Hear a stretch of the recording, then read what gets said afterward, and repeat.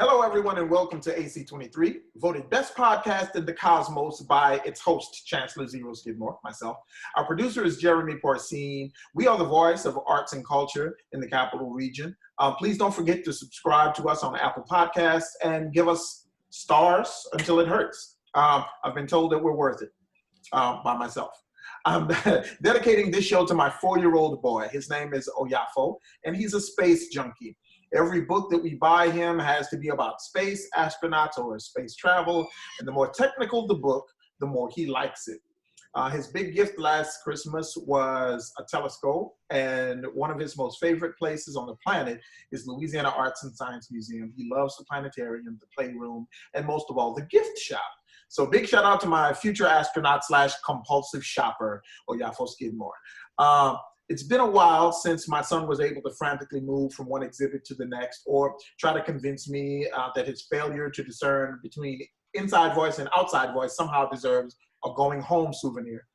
And like many other organizations and individuals, Louisiana Arts and Science Museum has adjusted to the new couch culture of spring 2020. Every Thursday at noon, young people are encouraged to log on and experience a virtual live sky show. And here to tell us all about it today, to tell us all about We Need Our Space, is Marion Bienvenu. Oui, bienvenue. Yes. She's the museum director over at Louisiana Arts and Science Museum. But before we get into our conversation, I do have to talk a little bit about Art Flow. So as you guys know, the Arts Council does the Ebb and Flow Festival every year. We were supposed to do it back in April. It was postponed. We still don't have a date yet. But we decided to move forward with our juried art exhibition, Art Flow. It celebrates artists from across Louisiana during the annual Ebb and Flow Festival season, inviting residents and visitors alike to experience the unique and eclectic fine art of Louisiana artists. This juried exhibition is a 2-dimensional and 3-dimensional art show and has that exhibition throughout downtown until June 28th. So we had to move this exhibition online. We got some great photographers to come out and take really beautiful shots of the pieces, and we now have them up on our website, so you can go to artsbr.org and check out all of the pieces, and you can vote on the pieces as well. And yeah, it's a great show. I'm gonna have in a few weeks. I'm going to try to get some of the judges to come on and talk about the juried exhibition, but definitely go to the Arts Council's website and check out those pieces, y'all, and vote. Take the time to vote. It only takes a minute. So we're going to talk to Marion about, let me get the title right, We Need Our Space. Yes. Believe it or not, we still do need our space. We still do need our space. So what's the show about?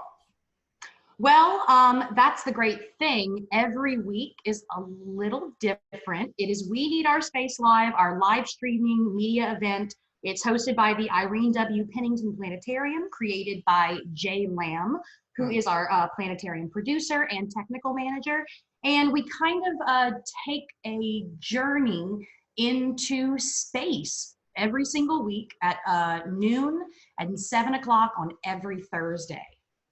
Wow. Okay. I'm going to have to get the 4-year-old to tune in for that. Well, and who is the audience specifically? Well, that's the great thing. It's all audiences. Typically on Saturdays, we would have our stargazing, and you would come in right when the museum opens, and you'd come into our planetarium, and you'd get to sit back and look at the stars. Unfortunately, you can't come into our planetarium right now, so we are bringing the planetarium to you at home. Wow. So yeah, so really, I think all audiences enjoy it. I certainly enjoy it every single week. And this week, today, we are actually going to be taking viewers out to the Orion Nebula, and we'll be going to visit the famous black hole, the first black hole ever to be imaged up close. Wow. Okay. Yeah, my son is all about the black holes, so definitely got to check that one out. Who's the host of the show? The host of the show is our planetarium producer and technical manager, Jay Lamb, who actually created this entire show. He is such a multi-talented individual. Okay. And how long have you, Marion, been with Louisiana Art and Science Museum? I have been with the museum for about 3 or 4 years now. I don't know if you can tell, but I'm very theatrical. I'm also an actor. Awesome, awesome. Yeah, so I would get to go off and do professional contracts across the country, and then I could come back and work for LASM. But then I finally said, no, I want to put my foot down in my hometown of Baton Rouge, and now I'm a full-time educator. And it is honestly, I mean, you know, and your son knows that it is just one of the best places to be. No, it's beautiful. It's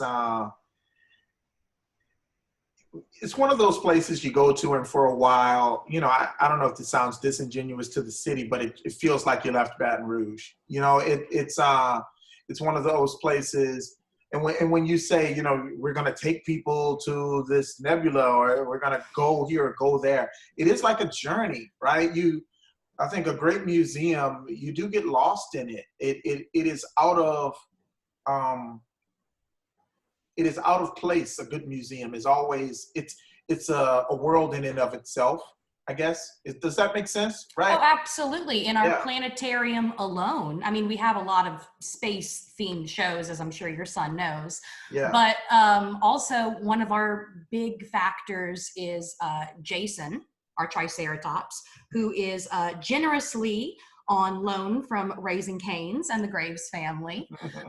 So we have a lot of dinosaur themed stuff as well. And then of course our mummy is one of our big factors right now. So we have a lot of mummy related things as well. So you're right, you come into this museum and all of a sudden you're in Ptolemaic Egypt, but then you're in the prehistoric times, but now we're out in space. So we try to keep things, interesting.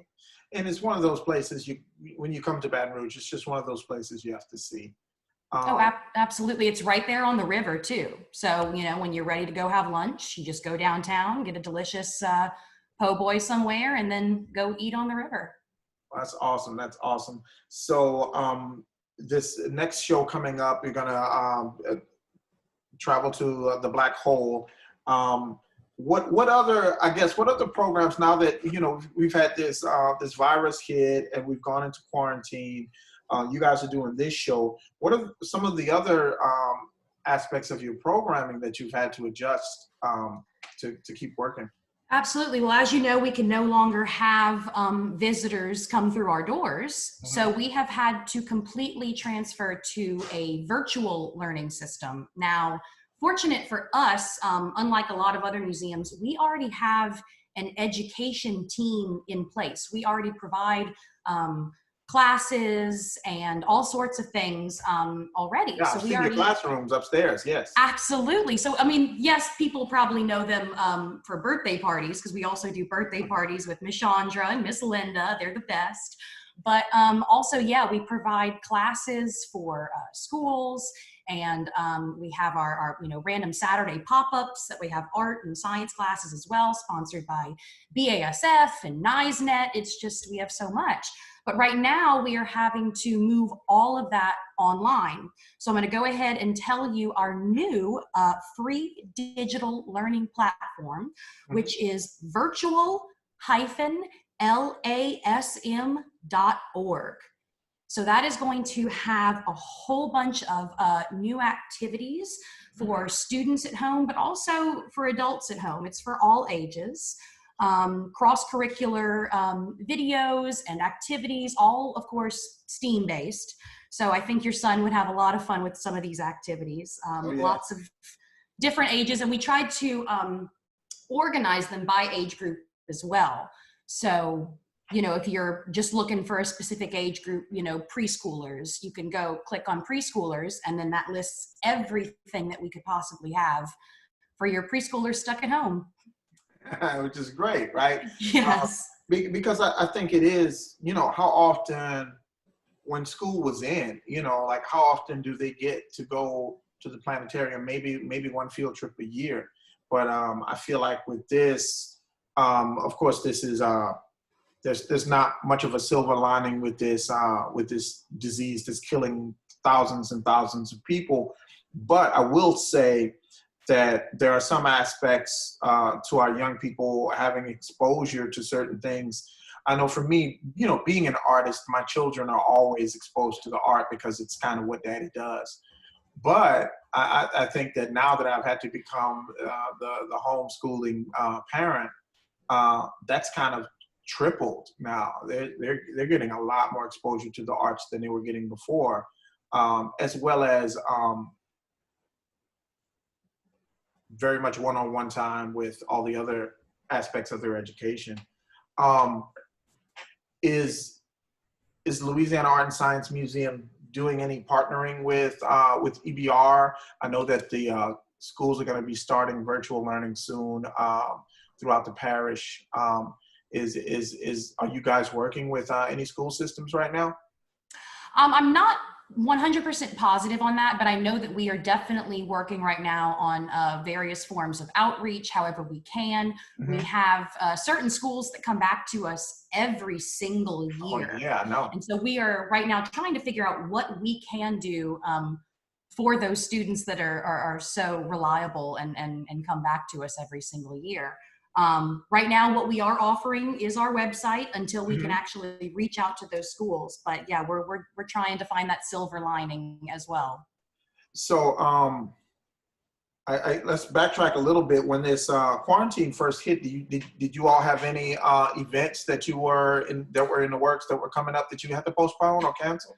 Absolutely. So actually, the weekend that everything was canceled was our engineering day, which for any LASM family, anyone that is a member with us knows it's probably one of our biggest days of the year. We partner with LSU, and they come over with a bunch of their engineering students. And I believe one year we had like a race car out front or something. Like it gets pretty epic. Yeah. So we unfortunately had to cancel that. And then, one of our other big summer activities is Dinosaur Day, which we're still trying to figure out what will happen with that. Now, as of right now, our big event of the year, our annual gala, which this year the theme is H2O. That one is scheduled for September 25th at this time. So we're hoping that the gala will go on as soon as, everything is safe enough for our visitors, but fingers crossed that we can still have that at that time. And then of course, Ebb and Flow Festival and Art Flow. I mean, come on, that's one of our favorite weekends of the year. And every year we also do in the summer, we do our art summit, which we did at LASM last year. Absolutely. And this has just been. It's tough all around. It's tough all around. I mean, I think for us, it really is, LASM really is an amazing resource to have at our disposal to work with you guys, and just amazing staff. And some people, I know Nicholas just departed from your staff, but me and Nicholas go way back, and so it just feels like extended family. And for us all to be going through this right now, I think it's important that we look to each other and lean on each other, and continue to trumpet what each other's doing. Absolutely. Letting the public know what's going on. And I want to say you guys I had you guys booked to come on the show right when the quarantine hit, and we ended up canceling because what you guys were going to come on and talk about wasn't going to happen. And so I'm sure that was engineering day. That had to have been engineering day. Engineering day. Yeah. So with the museum being down right now, what does that look like as far as maintenance and upkeep of the exhibits? Well, we do have, someone going in, checking in on the building. Actually, I think I saw a video the other day of someone going around with a drone. So I think we're trying to hopefully get a little virtual experience. Oh, that would be cool, yeah. Fingers crossed that we can get that working for you guys, but that would be so interesting. But we have a very small staff right now. As you know, it's hard for everyone. And LASM, like all other arts establishments, all other nonprofits, we are in a bind right now. And shameless plug, Giving Tuesday just so happens to be coming up this May 5th. Right, yeah. So if you're you're in a giving mood, maybe consider Arts Council, maybe consider Louisiana Art and Science Museum, Theater Baton Rouge. There are a lot of different nonprofits out there that could use the help. And you can spread spread your donations around. Absolutely. Yeah, we have always had a strong art sector in Baton Rouge, but I think we all need to acknowledge that's a lot of overhead. That's a lot of people. That's a lot of staff members. You're supporting a lot of programming and programming that is being made available to demographics that don't typically have a lot of resources where they are able to expose particularly young people to the arts, to the fine arts, absolutely, to crafts, to a lot of the things that nonprofits make available to the general public. And so, right. You were talking about Nicholas, who we both love. Right before we went into the official quarantine, we were working really hard that final week trying to create as much video content as we could. That's actually one of my main responsibilities at the Louisiana Art and Science Museum is the traveling trunk show. And so every Saturday morning you come hang out with myself and my puppet friends, Sheldon and Frederick, and we get into a lot of crazy hijinks and we sing and, there's storytelling, a whole lot of fun. So yeah, like you said, that's just something that, the younger audiences, they're not going to get exposed to programming that focuses on science and art, but also has like a little local feel to it. So if someone wanted to donate to LASM, they could just go to your website. I'm pretty sure you guys have, just like us, that donate button is right there as soon as you show up on the website. It is very clear. It is right there up top, front and center. I believe it's blue. You just click on that blue button. Once again, that website is virtual-lasm.org. But also, if you just go to our website, lasm.org, I'm sure you could donate from there as well. Yes. So once we come out of this thing, have you all, I know we're still kind of in it. It's hard to plan for after something when you don't know when after is. When does after begin, right? Exactly. And so have you all done any planning or visioning about that time yet? Absolutely. Well, it's going to be a different world after the pandemic. It's just everything is going to change. So we know that we're going to have to buckle down on cleanliness of our museum. Not that it wasn't clean before, but just really going that extra step that when you walk through our doors, you feel safe. Also, we're going to have to figure something out with masks. That seems to be the common issue. And unfortunately, not everyone is accessible to masks. That's not something you can just access. It seems to be hard to come by right now. So trying to figure out what we can do as far as that. As far as events, all I know right now is our gala is still on. So if you would like to go on and donate towards that, or I'm not sure if we're selling tickets for that yet, but you can go check the Facebook group for that, which I believe is Gala H2O LASM. And I remember your last gala, Nicholas came on the show and he talked about what was it, Prisma? What was the theme? It was colors, right? It was some color theme. Yes, it was just all colors. Prisma, yeah, that's what it was. And so you guys do it up pretty big for your galas, and so I got my fingers crossed as well. Loving the water theme. You're right there on the river. It makes sense. Absolutely. And I would say, another question I have, are there any other similar museums or planetariums around the country that you all are looking at and maybe looking at their best practices and some ways that they've been dealing with the quarantine? Oh, absolutely. We I'm sure as you guys are doing, we have different webinars and museums that we join in every week. And those are actually different museums from all around the country coming in and putting their ideas, talking about what works for them, what doesn't.